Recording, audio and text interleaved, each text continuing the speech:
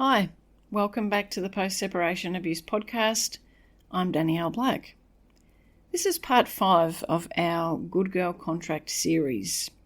Part 1 is where we named the contract and discussed where it came from. Part 2 of the series was where we discussed what happened when we took the contract training into adult intimate relationships. Part 3 named the mirror problem, the way that struggling to acknowledge the need for boundaries, the ability to set and maintain healthy boundaries, can also create a dynamic in which we can also struggle to accept the healthy boundaries of other people. Part 4 walked through what holding boundaries can look like in real time, and I gave some real-life examples of how the contract's training can continue to show up for me, and the fact that no matter where we are in our journey, whether we're out of an unhealthy relationship, whether we're in or out of the court system, whether we're still co-parenting to any significant extent or not at all, none of that means that the training of the contract disappears. And as I think was clear from some of the examples that I gave of my own life, if we don't acknowledge the contract, if we don't address the way that it shows up for us, for many of us, it will continue to play out in some way, shape or form, no matter where we are on the post-separation journey. And importantly, it can have an impact on women who are not navigating post-separation abuse. They're not in the court system. They may not have children. This work is relevant for so many of us. In part 4, we also dove into a reframe of the contract's purpose, that it was never really to make us, quote, good.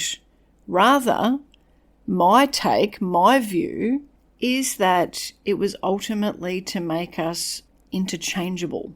Rather than being specific, rather than being named, we became a function, much like a dishwasher. We served a purpose with what we did, and we could be swapped out whenever needed. Everything that we've been unpacking so far has been about us, you and me, our histories, our patterns, what the contract has done to us, and how we can interrupt it in ourselves. And today we're widening the lens, because the reality is that the contract does not stay contained just to ourselves, to our own inner lives. Rather, it's also operating in our relationships right now in ways that, maybe we have not examined all that deeply. It can still be operating in your relationship with a former partner. It can show up in your parenting arrangements, in the decisions that you're making about the parenting arrangements. It can also be showing up in how well you are or aren't advocating for yourself and even for your kids. And it can also be operating in what your children are seeing, what they're learning from you. The contract did not start with our former partners. And that means that it doesn't end when the relationship with a former partner ends, and what our kids might be watching and witnessing right now is potentially a mother that is still operating from the terms of the contract, or, for some of us, a mother who has begun the work of interrupting it. What our kids can inherit from us depends on which one of those things that they're seeing. Today we're going to look at that a little bit more closely, and it's important to take this gently. Some of this might land a little bit differently from the other episodes. Retrospective work, so just simply reflecting on the past, can be easier in many ways. Reflecting on and identifying problematic, unhealthy patterns that operated in past relationships that have ended, can feel much easier than identifying and acknowledging problematic patterns that are operating for us right now in our current life. That can feel a bit challenging. That can feel a bit confronting. And again, as I've said a number of times on this podcast, please do not take anything that I say and use it against yourself. That's not why we're having these conversations. It's also really important that I say that everything that we're going to discuss, I've done. The patterns that we're going to be describing, I've lived them. This is not an episode where I stand above everybody with my thoughts and the content and just point at it from afar. I've been in it, as we've learned from the previous episode, part 4, I'm still in it in many ways. Before we jump into that work, I'd like to put forward an invitation. If something in this conversation is helping you to understand patterns that maybe you have felt on some level, but you've struggled to name what you've been experiencing, struggled to put words to it, to articulate it, I've created a free resource to help you explore the Good Girl contract a little bit more deeply. It's called The Contract You Never Agreed To, and it introduces you to what I consider to be the master clause of the contract. The hidden ordering of things that teaches girls and women to give other people's judgment greater authority than their own. You can choose the written guide. There's also a private podcast audio version for those of you who prefer to listen. You'll find both at danielleblackcoaching.com.au. When you sign up, you'll also join a separate mailing list where I'll be sharing more about the Good Girl contract and this developing body of work. Again, that's at danielleblackcoaching.com.au, and there's also a link in the show notes. All right, back to the episode.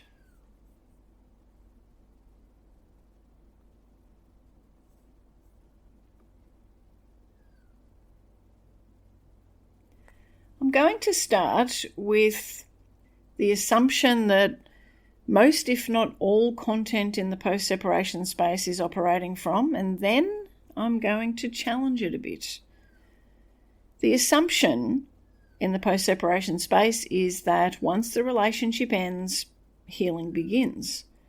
Once the harmful partner, the abusive partner, is no longer in the daily equation when you're not living under the one roof, then our patterns, the problematic patterns, the patterns that have been having a negative impact on our life, on our thinking, on the decisions that we make, that those things will resolve. That we'll feel our feelings, work through them, and be able to gradually rebuild life on our own terms. Now, for some of us, in some ways, that can absolutely be true. I'm certainly not saying that it's impossible for everyone, but I do think that it misses something really important, and that is that the patterns that so many of us have been operating from during the relationship didn't actually begin with that relationship. Rather, many of them began in childhood. Now, this means that removing the relationship from the equation doesn't remove the patterns. It just changes what those patterns get attached to. Our nervous system does not stop overfunctioning because the person that it was overfunctioning for is no longer physically present in our house. Rather, it can look for the next thing to overfunction toward.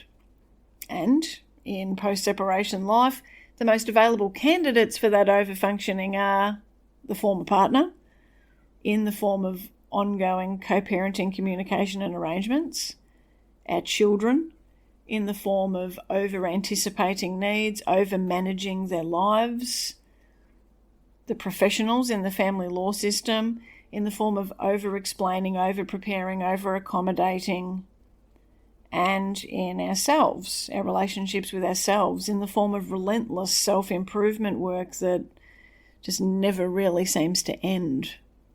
The mechanism is the same, the patterns are the same, the muscle that we're working is the same, but the object has slightly shifted. And something that I've been reflecting on is that life post-separation can actually intensify the way that the contract training shows up rather than actually resolving any of it. Because we've now got multiple things to manage, maybe more than what we did when we were still in the relationship.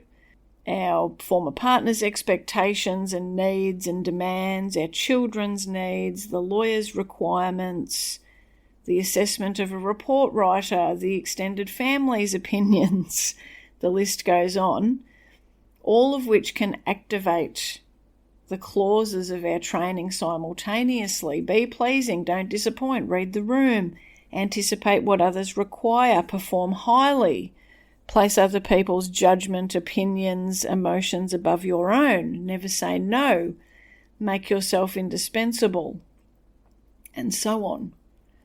The contract is not operating less after the relationship ends, but rather in many cases I think it's operating even more.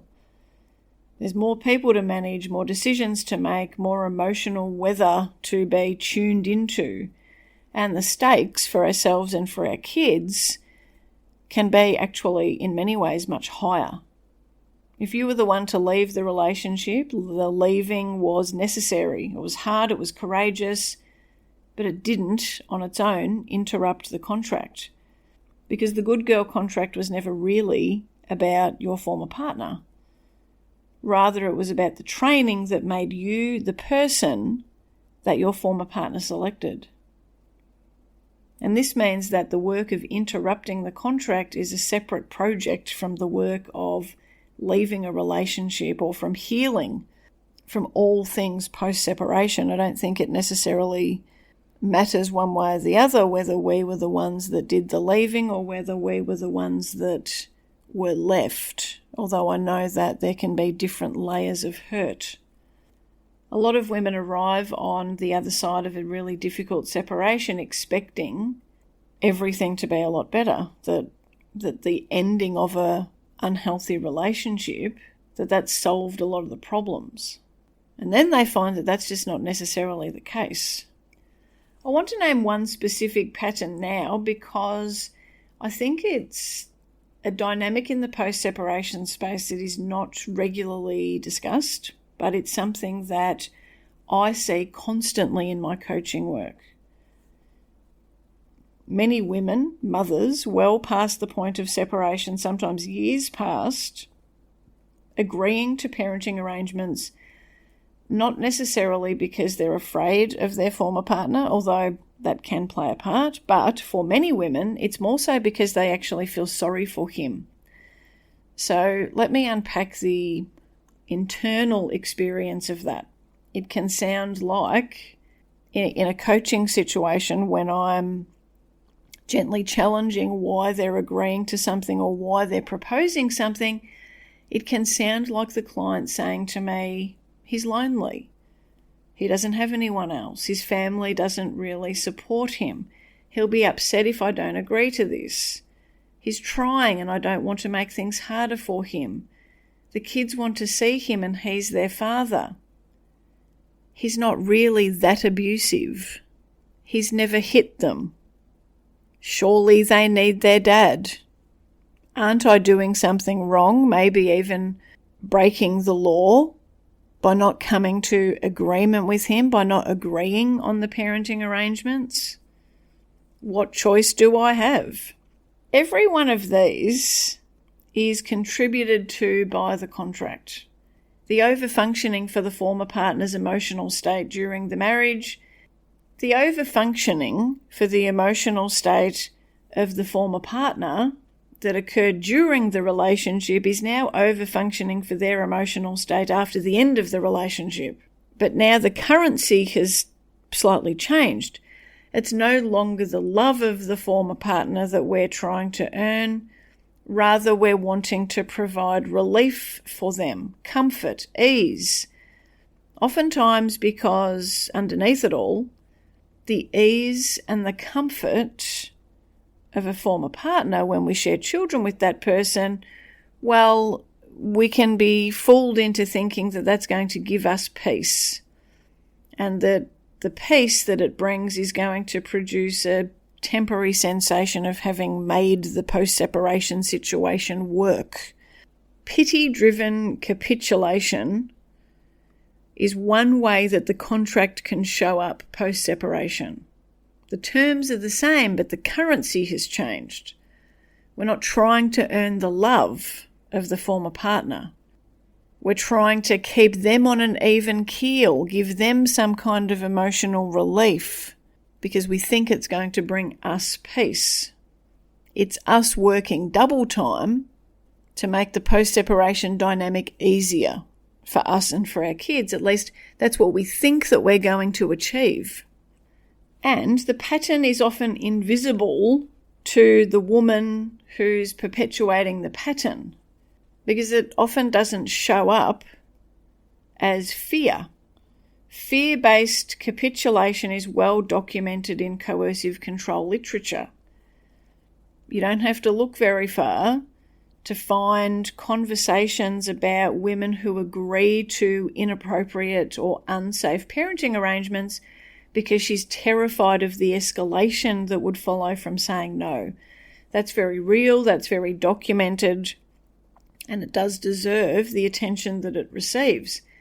But pity-based capitulation is much less discussed, and it's often the pattern that persists long after separation, partly because it doesn't actually feel or look like fear, and therefore it doesn't trigger a protective instinct.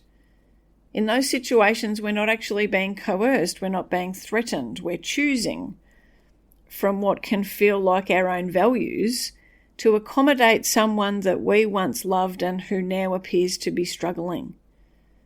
Except we're not really choosing in those moments. We're still operating from the contract, and the contract doesn't care whether the currency is love or fear or pity. And again, as I said at the start of the episode, none of this is an accusation. This pattern was in me too. There were arrangements that I agreed to in the years after my first marriage ended that I partly agreed to because I felt sorry for my ex-husband.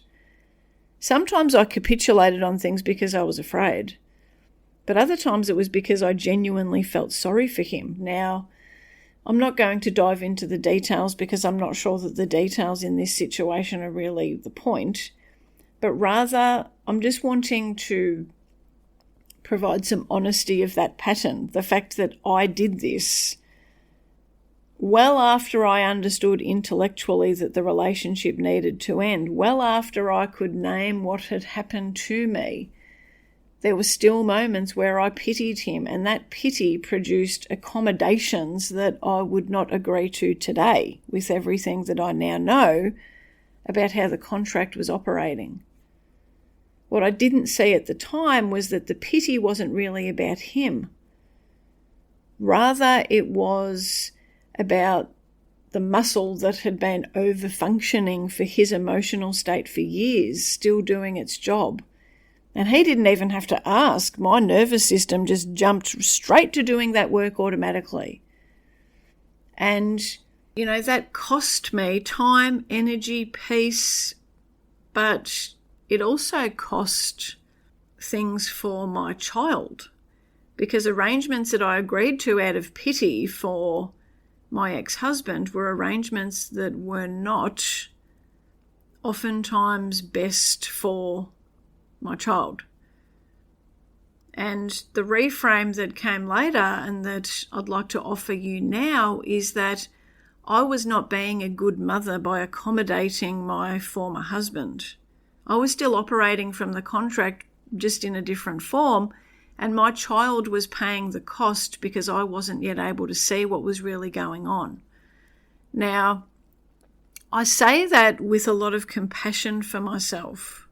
I'm not persecuting or prosecuting myself for those past decisions. That's not to say that I don't feel any guilt. That's not to say that I don't have a lot of regrets.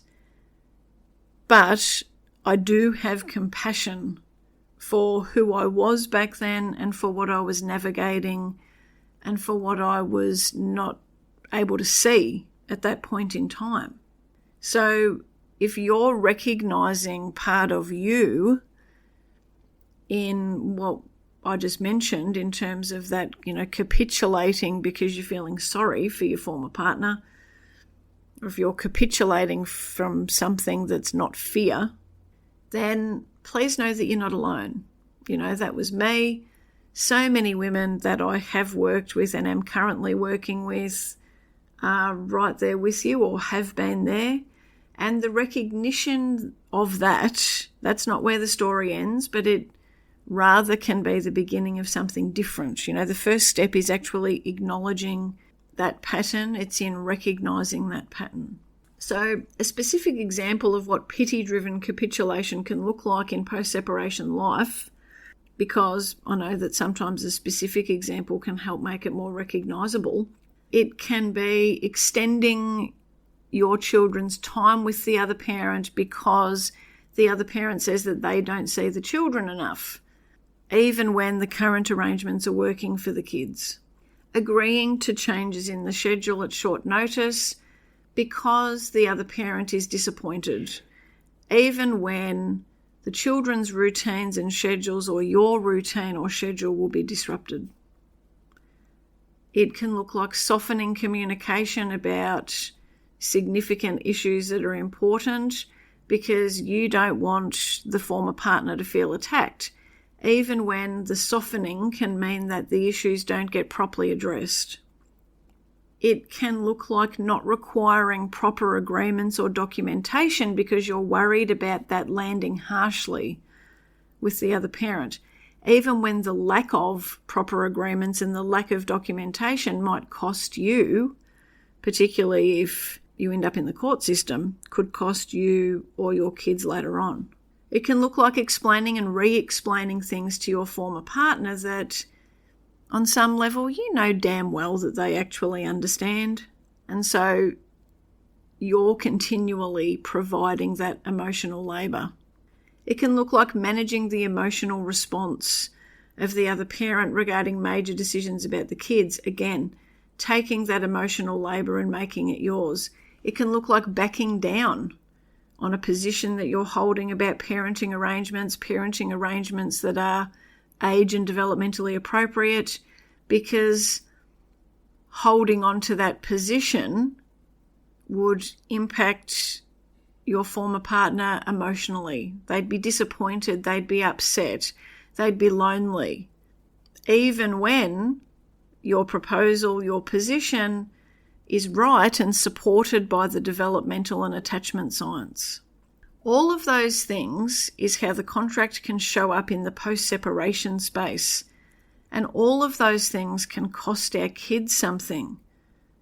It can teach our children that their needs are secondary to the other parent's comfort. And it can teach children that their primary caregiver, their mother in many cases, is not going to be the person who advocates for them when it matters most. Now, again, if you're recognising yourself in any of those examples, please know that none of that recognition that you might have is evidence of your failure. Rather, it's just evidence that the contract has been operating still, which is what this whole podcast series is about. And it doesn't have to end here. We can work with this. Let's widen the lens a little bit now. And I will say something again that we need to be gentle with, because I know it can be challenging to think about. That is that our kids on some level are often watching us. That can sound a bit creepy. I'm not meaning it in a way that they're consciously analysing us, not sitting in judgment, but rather they're oftentimes absorbing every day. The parenting arrangements that we agreed to, the conversations that we have with the other parent, the softening of our language and our voice when we talk to the other parent, every decision that shifts to accommodate the desires, the wishes, the comfort of the other parent. What they're absorbing is not necessarily limited to the specific decision. Rather, they can also be absorbing who we are in relation to the other parent. And this is where we can bring this back to the reframe that we unpacked in part 4, because I think what our children can be absorbing It's more precise than just my mum manages my dad's feelings, though that can be part of it, but rather, more specifically, I think what they can be absorbing is my mum is a function in this household. My dad has preferences, needs, moods, opinions, and my mum's job is to organise around all of that. Now, that can mean that what our children are being taught in many ways at a level below conscious awareness and analysis is that women are functions and men are people with needs. That women are the ones who make the arrangements that let men be specific. That our specificity is not required for the household to function, but men's specificity, dad's specificity, is what the household functions around. This can be how the contract is passed on to other generations, how it can be reinforced. Children learning that women are functions. Men get to be the one with the needs. And the women are the ones who cater to those needs. And this is exactly what the contract exists to teach the next generation, not just through instruction, but through demonstration on a daily basis in many cases. But it's not spoken necessarily in those words. It's not explicit to that level. It's not being taught deliberately, but it is often being transmitted at the level of felt experience, which is how our kids learn most of what they actually learn from us, not from what we say, but from what they see us doing every day in thousands of small moments before they have the language to describe what they've absorbed.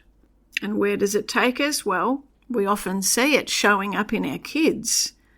And I know that this is true for so many of you, including many of the clients that we work with here at Danielle Black Coaching. This is oftentimes things that clients bring to coaching. They're worried about their kids because their kids have started displaying a pattern of prioritising the other parent's feelings, starting to manage the feelings and the behaviour of the other parent, starting to read the moods of the other parent, softening their own preferences to accommodate the other parent. This is how our children, and in particular our daughters, learn the shape of the contract training directly. They've been shown by us, their mothers, that this is what women do. This is how women love. This is what a woman is. And critically, this is how women disappear into being a function. Wife, mum, girlfriend, roles that can be filled by anyone with the right training. And our sons can learn it too, but it can be expressed differently. Sometimes it can be expressed as our sons protecting us, their mothers. Sometimes it can be expressed as them taking on the emotional labour of the household themselves. Sometimes the beginning of a similar overfunctioning pattern that will show up in their own future relationships, but our sons can also absorb something else. They can also absorb that women are the ones who organise themselves around men, and that his own specificity, his own preferences, his own complexity are the things that his future partner should make herself available to. Not because he's intentionally learning that, but because he's watching it every day in his own house, played out by his own parents, whether his parents are living under the one roof or not, which is how the contract passes forward, not through our daughters alone, but through daughters and sons. Our daughters learning to become interchangeable, learning to become functions, to overfunction for others and underfunction for themselves, and our sons learning to select for a woman who is those things. And then the mother becomes upset that her children are behaving this way, that they're siding with their father, that they're feeling sorry for the other parent, that they're prioritising the ease and the comfort of the other parent over their own feelings and emotions, that they're not seeing the other parent for who and what they really are, which is understandable. I know how painful that can be to watch. And it's also structurally striking because the mother is upset that her children are doing exactly what she unintentionally trained them to do. Yeah, I know that lands hard, doesn't it? And this is absolutely not a judgment of you. And I do encourage you to take this gently if you're recognizing this in yourself and in your own children, because I know how easy it is to start prosecuting and persecuting yourself for what you've inadvertently demonstrated to your children that is now alive and well in them, that you're seeing play out, that you might then be actually getting really upset and irritated about. And then that realization that, hang on a second, this is not a fault that my children have just developed within themselves, that, it hasn't been beamed into them out of nowhere. It's part of what I've taught them without realizing that that's what I was teaching them. That's hard. That is hard to reconcile, the fact that our kids might be showing us patterns and that we actually might have been part of that training of those patterns. But again, we do not want this landing as blame. Rather, it's a recognition, it's an acknowledgement, and when we can keep it as that, then change is possible. But it is important that we recognise that so many of our children are doing what they've been trained to do, and that we have inadvertently been part of that training in many cases. And that means that we can also be the person who can interrupt that pattern. The recognition of this is not evidence that we've failed our children, but it's the beginning of the work that can give our kids something different. There's no scenario in which recognising a pattern too late is worse than not recognising it at all. Noticing what has been happening, even years into it, that's the beginning of that interruption work that can become possible from this point forward. I'm not telling you that you've harmed your kids. I'm telling you that the training of the contract has been possibly transmitting quietly, even if you thought that those dynamics of your past relationship were over simply because the relationship's over, you're not in that relationship anymore, you're no longer living under the one roof. Now, if blame, guilt or shame is landing in you, if some part of you is spiralling into, so it's my fault, I've damaged them, I've caused the harm, I'm the problem. Well, I want you to know that that can also be the contract talking, because the contract doesn't want you to see it, which is why the exact moment that you start to see the pattern, well, the contract training is going to give you an alternative frame to turn the recognition against yourself, to spiral into that shame and blame. And I want you to please refuse that. If you're listening to this and there's been recognition, however uncomfortable that is, it is not evidence that you've failed. It's the beginning of the work that interrupts that intergenerational pattern, that stops that pattern from continuing. So please do not turn the recognition of any pattern into evidence against yourself. The recognition is how we begin the interruption process, and that's exactly what our kids need from us. We didn't know what we didn't know, but now we do, which changes things from this point on. Not retroactively, not, we can't go back in time, but we can do things differently going forward. In the next episode, we're going to unpack what our children need from us, what interrupting the transmission of the contract looks like, so that we can begin to shift, to interrupt, to change what our kids might be absorbing. But even now, even before we get to that next episode, some examples that we can start putting in place to change what our children are seeing can look like not agreeing to parenting arrangements out of pity for the other parent when those arrangements don't actually serve our kids, not softening communication around issues that matter when the softening is all about protecting the comfort of the other parent at the expense of our children's needs. Letting the other parent carry their own emotions and their own emotional response to our decisions and boundaries rather than taking responsibility for all of that. Being direct in our positions on our children's age and developmental needs, even when we think that that may upset the other parent when they're feeling lonely, when they don't have anybody else, when they're struggling. Modelling healthy boundaries with former partners so that our kids see what it looks like to have limits with someone whose feelings matter but are not more important than our needs or our children's needs. And underneath all of this, being visibly, specifically you in your own house, which is where we bring some of those elements of part 4 into the parenting context. Because our kids need to see us not just holding boundaries, but being who we really are in our lives, with likes, dislikes, preferences, refusals, opinions, humour, all of those things that make you who you are, specifically who you are, not just a function, but someone who's not interchangeable. This is what helps to interrupt the transmission of the contract at its roots.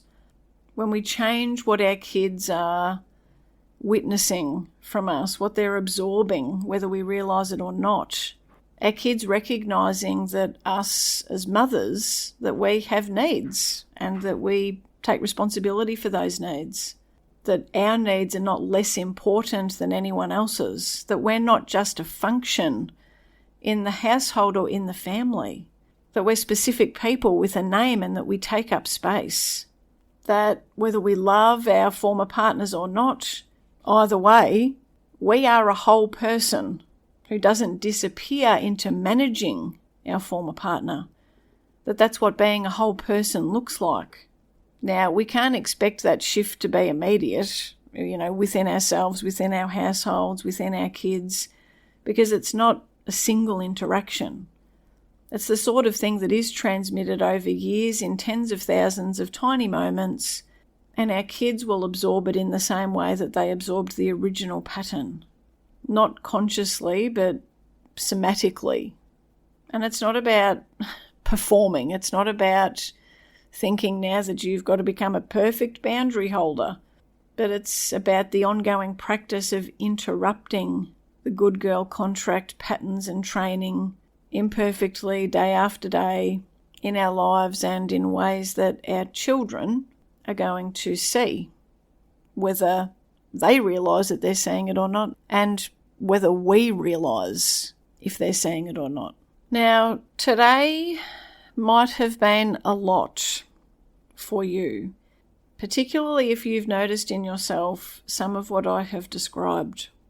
But again, please do remember that we really want to avoid reaching for the shame and blame that, is very natural to be reaching for. It's very understandable, and it's exactly what our contract training wants us to do.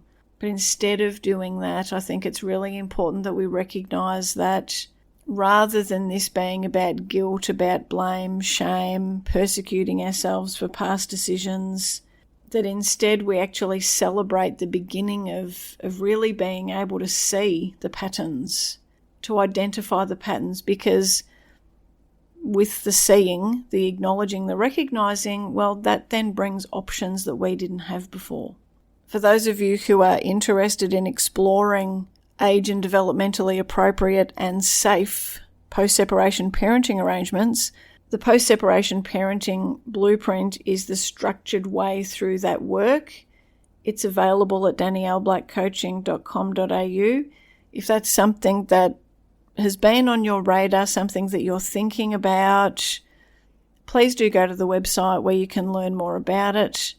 There's also a free video training that's relevant to the content of the blueprint. However, if the blueprint is something that you're interested in, if it's been on your radar, if you've been umming and ahhing about it and you're leaning towards purchasing access to it, if you can wait a little bit, I highly recommend it, because we do have something special coming up at Danielle Black Coaching that I am not going to share with you just yet, but part of it is going to involve a special limited time discount on the blueprint price.